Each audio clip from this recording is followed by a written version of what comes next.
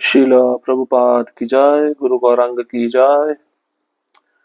तो कल के सत्र में हमने सुना था श्रील प्रभुपाद जी समझाते हैं कि संकीर्तन में या कृष्ण भावनामृत सेवा में हमारी भावना कैसी होनी चाहिए।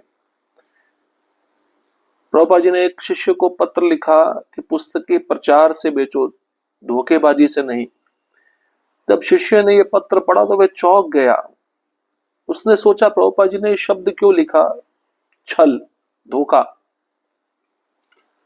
तो शिष्य ने पत्र लिखा प्रभुपाद जी को पुनः और पूछा कि आपने ऐसा क्यों लिखा, छल से नहीं, प्रचार से पुस्तकें बेचो, इसका क्या मतलब है। प्रभुपाद जी के कहने का मतलब यह था कि यदि हम कृष्ण को संतुष्ट करने के लिए ग्रंथ वितरण करेंगे तो वह उससे कृष्ण प्रसन्न होंगे, प्रचार और बढ़ेगा। लेकिन प्रचार के पीछे अगर हमारा कोई भौतिक उद्देश्य है कि ग्रंथों को हम ज्यादा पैसे में बेचे, ज्यादा कीमत हमें मिले, तो उससे कृष्ण प्रसन्न नहीं होंगे। ये छल कहलाता है, धोखा कहलाता है। उसी प्रकार प्रभुपाद जी ने समझाया नम्रता क्या है। नम्रता का अर्थ है कृष्ण के लिए साहसी होकर कार्य करना। और प्रभुपाद जी ने समझाया कौन बड़ा भक्त है। कोई ऊंचा सन्यासी बनने से कोई बड़ा भक्त नहीं हो जाता। जो भक्त श्रद्धा और भाव से कृष्ण की सेवा कर रहा है वो श्रेष्ठ भक्त है। और दो बातों के बीच में कभी संकोच ना करो, व्यवसाय और प्रसाद। 16 माला जप का महत्व भी बताया प्रभुपाद जी ने। एक भक्त जो 20 घंटा सेवा करते थे, जिनकी 16 माला पूरी नहीं हो पाती थी, तो प्रभुपाद जी ने उनको कहा सेवा उतनी ही करो, नींद कम लो, नींद कम लेके 16 माला जप करो। मतलब 20 घंटा सेवा, 2 घंटा जप और 2 घंटा नींद। नींद कम करो, सेवा कम नहीं करनी है, लेकिन जप से कोई भी समझौता नहीं होना चाहिए। अब हम आगे बढ़ेंगे, कृष्ण भावना में कैसे शीघ्र आगे बढ़े। हर एक भक्त की इच्छा होती है कि हम भक्ति में प्रगति करें, तो यहाँ पे प्रगति करने का फॉर्मूला बता रहे हैं प्रभुपाद जी। बहुत अद्भुत फॉर्मूला है, सुनिए। उत्तम श्लोक। प्रभु एक बार मायापुर की सुबह की सैर में सत्स्वरूप महाराज ने पूछा, शिल प्रभुपाद हम कृष्ण भावना में अपनी उन्नति को कैसे आगे कर सकते हैं, कैसे तेज कर सकते हैं या कैसे बढ़ा सकते हैं। शिल प्रभुपाद जी ने उत्तर दिया, बस यह सोचो कि तुम्हारी 1 मिनट में मृत्यु होने वाली है। अगर तुम्हें सच में लगे कि 1 मिनट में मृत्यु निश्चित है तो तुम्हारा संपूर्ण चित्त कृष्ण पर ही एकाग्र हो जाएगा। यही मानसिकता हमारी साधना को तीव्र बना सकती है। क्या कह रहे हैं प्रभुपाद जी, जब पूछा गया कि हम कृष्ण भावना में आगे कैसे बढ़े, हम प्रगति कैसे करें, तो प्रभुपाद जी कहते हैं ऐसा सोचो कि अभी 1 मिनट में तुम्हारी मृत्यु होने वाली है। जब 1 मिनट में मृत्यु होने वाली तो ये विचार तुम्हारे मन में आएगा, तो तुम्हारा मन, तुम्हारा चित्त कृष्ण पर एकाग्र हो जाएगा। ऐसी मानसिकता ही हमारी साधना को आगे बढ़ा सकती है। इसलिए सुबह हम जप करने बैठते हैं ना, हमें ऐसा सोचना चाहिए हमारी दुनिया का या मेरे जीवन का आखिरी दिन है, बस ये मैं आखिरी 16 माला जप कर रहा हूं, इस भाव से हमें करना चाहिए। तभी हमारा मन, हमारा चित्त संपूर्ण कृष्ण पे लग पाएगा।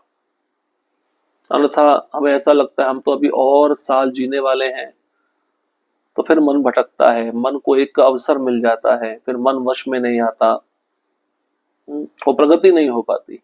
हमें पता है हम और जीने वाले हैं, तो ऐसे सोच के सेवा करो, ऐसे सोच के जप करो कि मेरा जीवन का आखिरी दिन है। और रात को सोने से पहले कृष्ण को धन्यवाद दो, आज आपने मुझे एक दिन दिया सेवा करने के लिए, बहुत बहुत धन्यवाद। अगर कल भी आप मुझे दूसरा दिन देंगे सेवा करने के लिए तो भी मैं आपका आभारी रहूंगा, क्योंकि पता नहीं कल का दिन हम देख पाए या नहीं देख पाए। यदि काम वासना से संघर्ष हो, किसी को काम वासना सता रही है, किसी को स्त्री का आकर्षण सता रहा है, तो प्रभुपाद जी उसके बारे में बता रहे हैं। उत्तम श्लोक। मैंने एक बार प्रभुपाद जी से पूछा, यदि कोई व्यक्ति काम वासना से बहुत पीड़ित हो तो उसे क्या करना चाहिए। श्रील प्रभुपाद जी ने सीधा उत्तर दिया, हरे कृष्ण महामंत्र का अधिक जप करो बस। काम वासना जब सताती है, संसार के विषय सताते हैं, चित्त उद्विग्न हो जाता है, मन विचलित हो जाता है, बार बार मन उसी आकर्षण पे जाता है, तो प्रभुपाद जी कहते हैं महामंत्र का जप करो ज्यादा से ज्यादा, बस यही एक उपाय है। वो जप करते समय हरिनाम का आश्रय लो, प्रभु हरिनाम से प्रार्थना करो कि मुझे संसार के आकर्षण से बचाए, और मेरा रुचि आपके नाम में हो, आपकी सेवा में हो, बस मैं यही चाहता हूं। श्रद्धा पूर्वक ऐसी प्रार्थना करने पर जप के समय हरिनाम प्रभु हमारी मदद करेंगे और काम वासना से हमें मुक्त करेंगे। संकीर्तन में संक्रमण नहीं होता। त्रिपुरारी स्वामी, मैंने प्रभुपाद से बीमारी के विषय में पूछा क्योंकि हमारे संकीर्तन दल के कई सदस्य थकान और बीमारी से परेशान थे। एक धारणा बन रही थी कि हम सांसारिक लोगों के साथ निकट संपर्क में आने से, जैसे उनके साथ हाथ मिलाना, पीठ थपथपाना और उनके द्वारा धुएं का सामना करना, हम उन लोगों का कर्म ले रहे हैं। श्रील प्रभुपाद ने बहुत दृढ़ता से उत्तर दिया, संकीर्तन करते समय तुम पर कोई भी संक्रमण प्रभाव नहीं डाल सकता। दूसरों की जो अशुद्धियां हैं वे समाप्त हो जाएंगी, लेकिन तुम्हें कोई भी कर्म नहीं लगेगा। यह सेवा की शुद्ध भावना का सिद्धांत है। संकीर्तन करने वाला स्वयं संक्रमित नहीं होता बल्कि दूसरों को शुद्ध करता है। तो कभी कभार प्रभुपाद जी के शिष्यों को ऐसा लगता था कि जब प्रचार के लिए जाते हैं, संकीर्तन के लिए जाते हैं, तो कई भक्तों को थकान आ जाती है, कई भक्त बीमारी से परेशान हो जाते हैं। तो प्रभुपाद जी को इस बीमारी के विषय में पूछा गया। संकीर्तन करते समय भक्त बीमार पड़ जाते हैं या थकान आ जाती है, इसका मतलब ये है कि हम बाहर के लोगों के संपर्क में आते हैं, उनको छूते हैं, उनके साथ हाथ मिलाते हैं, उनकी पीठ थपथपाते हैं, या वो सिगरेट पी रहे हैं उनका धुआं हम लेते हैं, तो उन लोगों का हम कर्म ले रहे हैं। इन लोगों का कर्म लेने से हमें थकान आ रही है या बीमारी आ रही है। तो प्रभुपाद जी ने बहुत दृढ़ता से उत्तर दिया, नहीं, संकीर्तन करते समय तुम पर कोई बीमारी नहीं आ सकती, तुम पर कोई संक्रमण प्रभाव नहीं डाल सकता, लेकिन दूसरों की जो अशुद्धियां हैं वो समाप्त हो जाएंगी, दूसरों की जो बुरी आदतें हैं वो समाप्त हो जाएंगी, लेकिन उन लोगों का कोई कर्म तुमको नहीं लगेगा, उन लोगों का कोई कर्म का फल तुमको स्पर्श भी नहीं कर पाएगा। तो यह संकीर्तन सेवा की शुद्ध भावना का सिद्धांत है।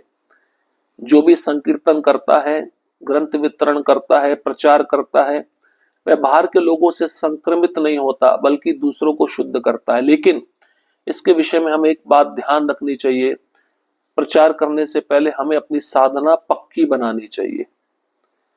अगर साधना हमारी पक्की नहीं है, अगर हम प्रचार करेंगे, फिर दूसरों का संक्रमण हमें पकड़ सकता है।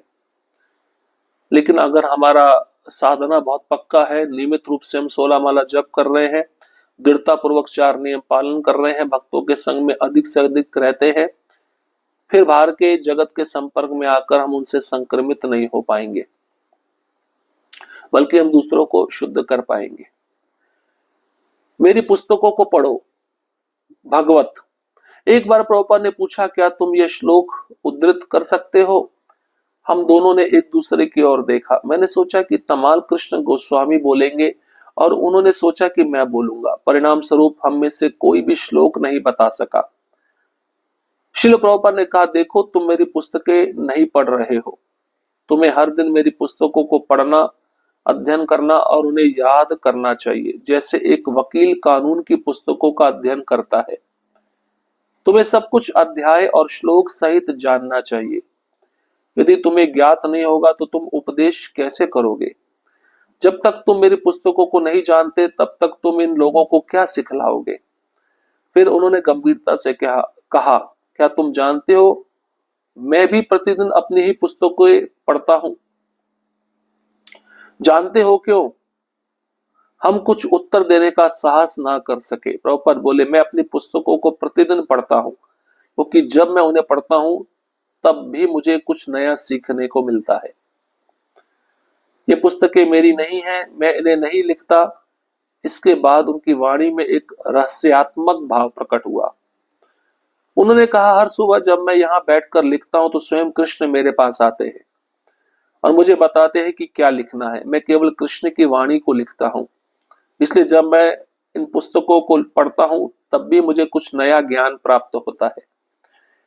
उनकी ये बात इतनी गंभीर और प्रभावशाली थी कि हम पर इसका गहरा प्रभाव पड़ा। मैं सोच रहा था, मैं उस व्यक्ति से बात कर रहा हूं जो स्वयं भगवान से बात करते हैं, जो भगवान के बिल्कुल समीप है। मैं तो केवल एक व्यक्ति की दूरी पर हूं भगवान से। कितना अद्भुत सौभाग्य है ये। लेकिन साथ ही मैं यह भी जानता था कि अपनी चेतना की स्थिति के कारण मैं कितना दूर हूं।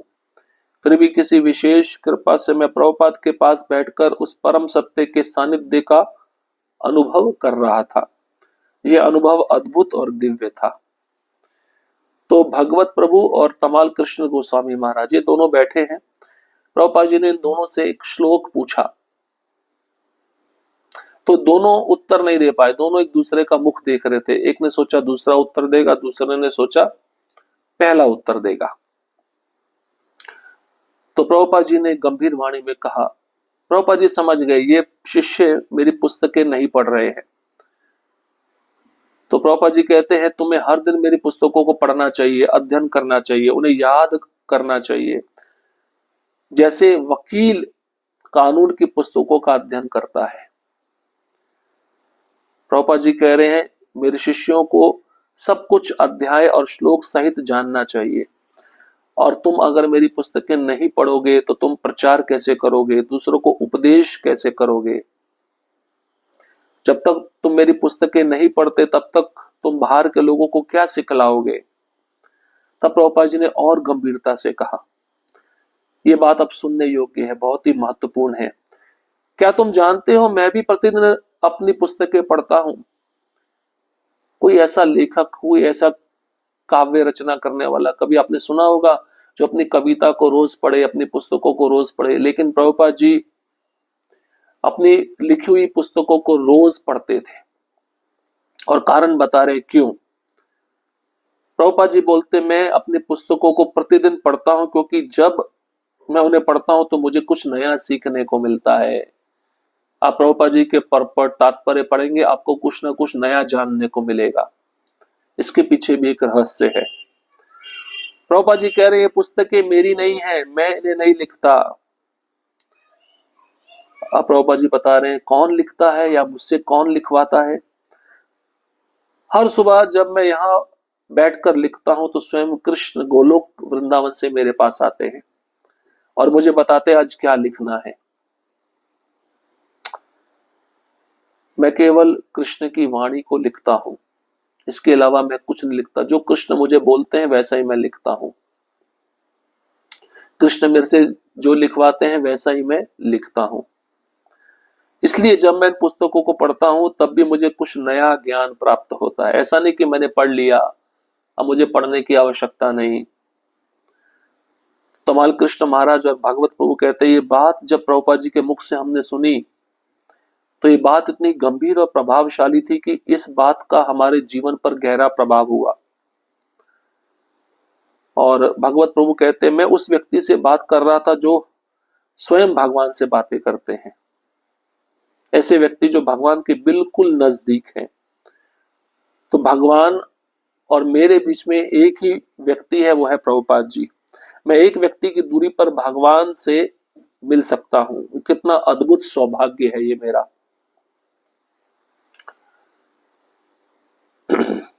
तो इस प्रकार से प्रभुपाद जी के शिष्य अपने को विशेष कृपा के पात्र समझते थे कि हम प्रभुपाद जी के सानिध्य में बैठकर परम सत्य का अनुभव कर रहे हैं। और ये अनुभव अद्भुत था और दिव्य था। इसलिए हमें भी रोज प्रभुपाद जी की पुस्तकें पढ़नी चाहिए और ऐसे भाव से पढ़नी चाहिए। पुस्तकें स्वयं प्रभुपाद जी से कृष्ण ने लिखवाई हैं, क्योंकि उद्देश्य यही था। एक जगह प्रभुपाद जी ब्रह्मानंद प्रभु को कहते हैं, मैं आना नहीं चाहता था इस संसार में, 4 बार कृष्ण ने मुझे भेजा है, जाओ पुस्तकें लिखो, मैं तुम्हें किसी चीज की कमी नहीं होने दूंगा। वह पुस्तकें लिखने के लिए आया हूं, मेरा और कोई उद्देश्य नहीं है। और कृष्ण स्वयं आते थे, मुझसे कहते थे आज ये लिखना है, मैं वो लिखता था। इतना बताकर कृष्ण चले जाते थे। रोज मेरे पास कृष्ण आते थे। तो अद्भुत व्यक्तित्व है श्रील प्रभुपाद जी का। ऐसे श्रील प्रभुपाद जी को हमें जीवन भर छोड़ना नहीं है, उन्हीं की संस्था में रहकर आजीवन हमें सेवा करनी है। हरे कृष्णा कृष्ण कृष्ण हरे हरे,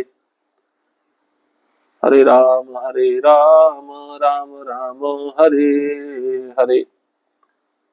शील प्रभुपाद की जय, गुरु गौरांग की जय।